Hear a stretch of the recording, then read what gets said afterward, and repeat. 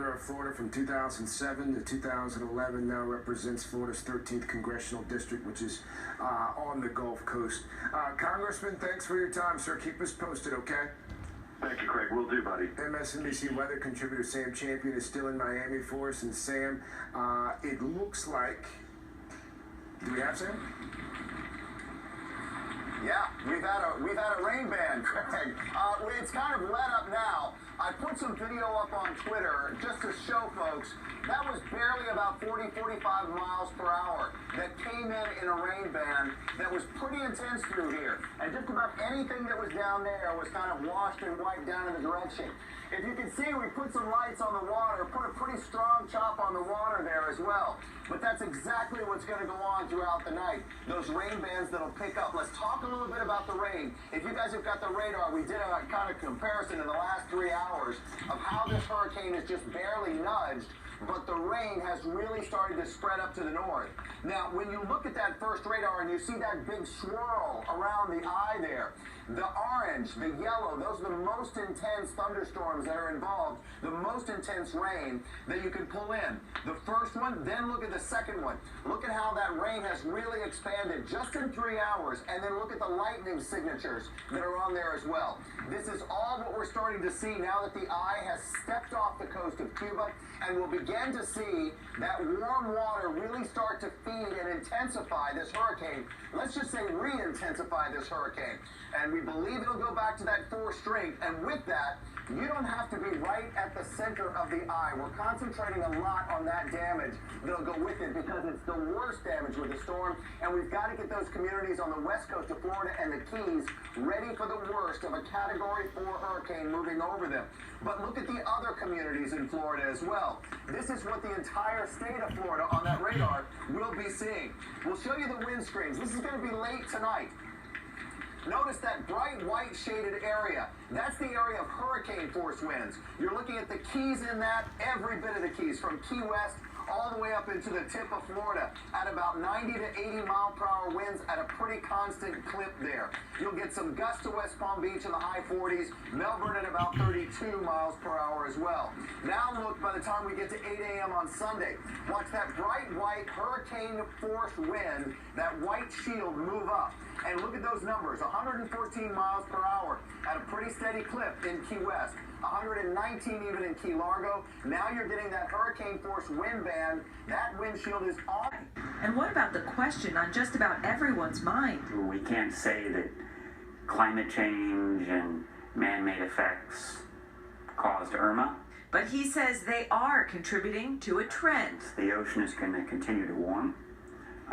And the predictions from a lot of the climate scientists are that we're going to get more and more of these extreme events. Including more, quite possibly, before this hurricane season is over. It's going to take months for the ocean to cool, and so we're likely to continue to see storms. Just as Irma takes aim at Florida. Dylan Dreyer, NBC News, Miami. One more coming. Thousands pack into buses headed inland. More than 500,000 people along the Georgia coast under evacuation orders. Mother Nature and God is nothing to play with. So you're out of here. I'm out of here. In cities like Tybee Island, locals understand the threat.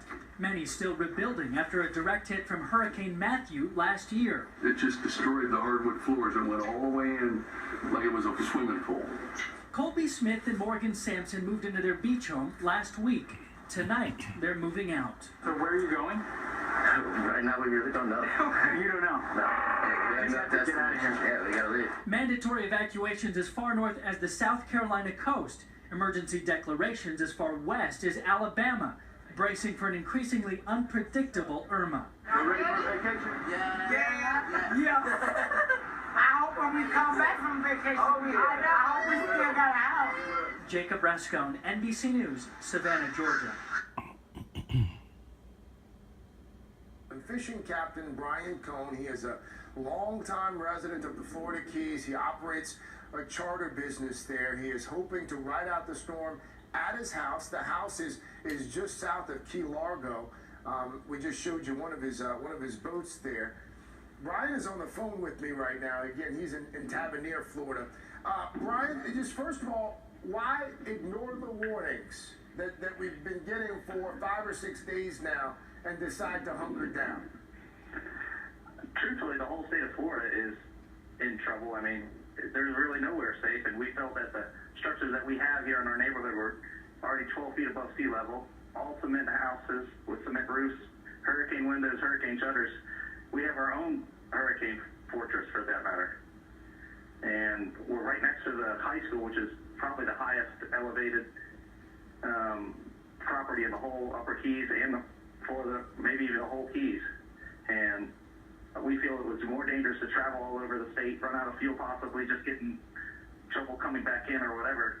And we decided we had enough neighbors, we're all decided to hunker down together and make a group effort. We have good resources, doctors, nurses, lots of generators, and we're going to ride it out. Brian, you mentioned that your house is 12 feet above sea level on stilts. They're talking about storm surge of perhaps 15 feet. The math doesn't make sense. I don't think, I would say 15 feet maybe on the bay side, and yes, it flooded here in the worst hurricane ever to 17 feet in a 35 hurricane, but we also didn't have the open bridges like we do now. We had a railroad that was pretty much a dam that stopped all the water from flowing over, and it built up to 17 feet, which was the height of the railroad. So I think it's a different scenario this day and age, and the structures now are 10 times stronger. I mean, I feel completely confident in the house that we're in. With all due respect, with all due respect, Brian, you're not an engineer. You're not a meteorologist. Why roll the dice like this? I think for a lot of folks listening and watching, the cost-benefit analysis just doesn't make sense. Well, I've seen what the storms have done in other locations, and we made a group effort. We decided this is the best and the safest scenario for us. Without putting yourself in harm's way, what can you tell me about the conditions outside right now? It's blowing 50 miles an hour and raining. You said 15, 1-5, right? Yes. No. 50. 50 miles an hour. 50. Yes, sir. Yeah. And so far everything's holding up. We still have power. My kids are on the second level, which is 23 feet above sea level, and they're watching TV as we speak. What about there's five kids next door in the house next to us, which is another cement fortress, which is Captain Paul Ross and his family. What about your boat? My boat, we tied up on the bay side of Islamorada in what I believe one of the safest canals. And I should have sent a picture of that. I mean, it was riding out the storm quite well as of an hour ago. I have a friend, my high school baseball coach, Richie Russell, and now he's still the athletic director. He's riding out, and his house there on the bay of Islamorada, which is similar structure to what we have. And he sent me a video an hour ago of my boat riding out, and he goes, looking pretty good. And again, to be clear, for folks who might not be familiar with precisely where you are in an area where Governor Scott has ordered an evacuation, correct? Correct. God forbid something should happen. The storm surge should be higher than you're predicting personally, and the water begins to rush in. What will you do then? I don't think the water's going to rush in where we're at. I've gathered that you don't think it's going to happen. You've established that. But let's just say it does. Then what? I don't think I've ever heard of a storm surge 4 feet high. There's a third story on this house. The bottom of it is 34 feet high. And it still has a cement roof above it. And when the power goes out? And the power goes out. We're expecting the power to go out. We have battery power and everything. Then we'll have generators. We have generators elevated already.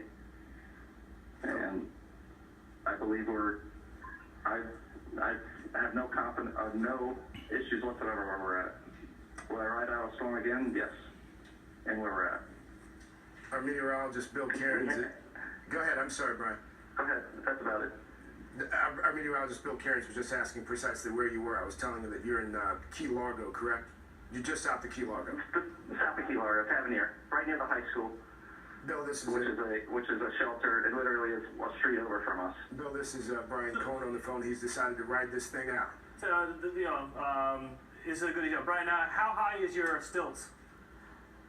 The ground level is 12.5 feet, and then it stilts above that. The first level is 20-something feet. The second level is 30 feet. The third level is 30-something feet. So, and it's a cement fortress. Right. So this is where it gets interesting because the storm surge is supposed to be 5 to 10 feet at his house. Okay. Okay. So technically, if it's 10 feet, and then he said they're already at 11 feet, plus they got the stilts on top of that. The water. That's on the ground level. That's the ground level. Okay. So your ground level may get water, but most of the ground, that's like parking for a lot of these people underneath their houses. So for the most part, he won't get water.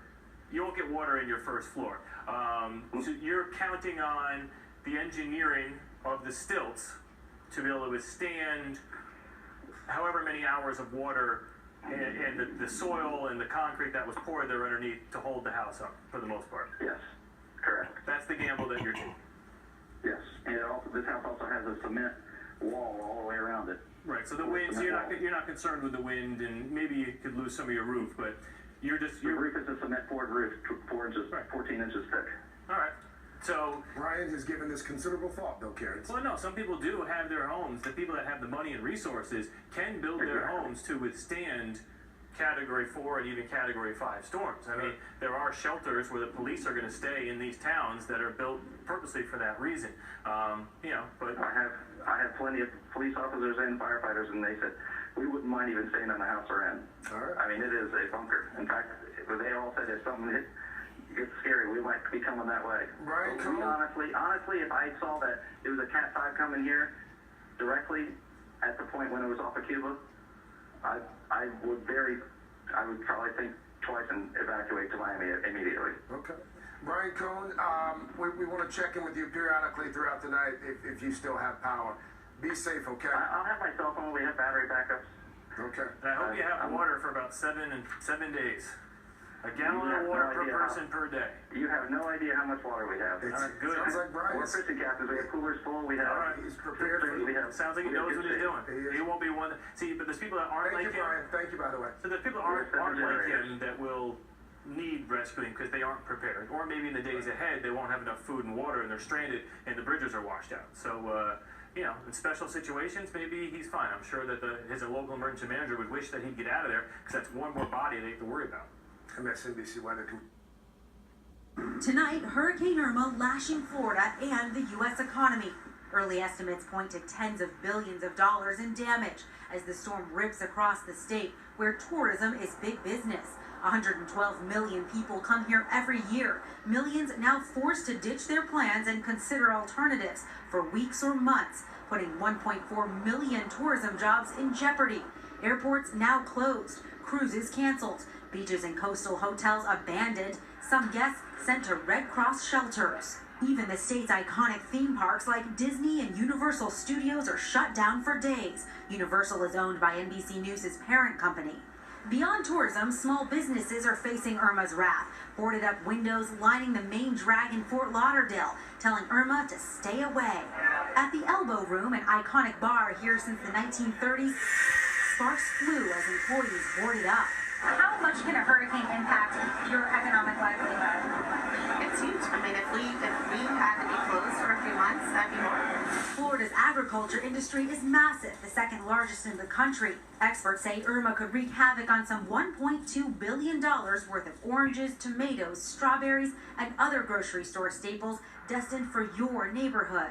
Florida is an important part of the U.S. economy, and to the extent that you see shortages in agriculture, that will have an implication for the rest of the economy in the United States. But the destruction could come with a boom, as construction companies race in after the waves to rebuild what Irma will likely level. Just hours ago, a new insurance industry estimate from Air Worldwide says Hurricane Irma could cost $50 billion in insurance claims, and that is only in the United States as this storm continues to move northward. Lester? Joe Lynn Kent tonight, thank you.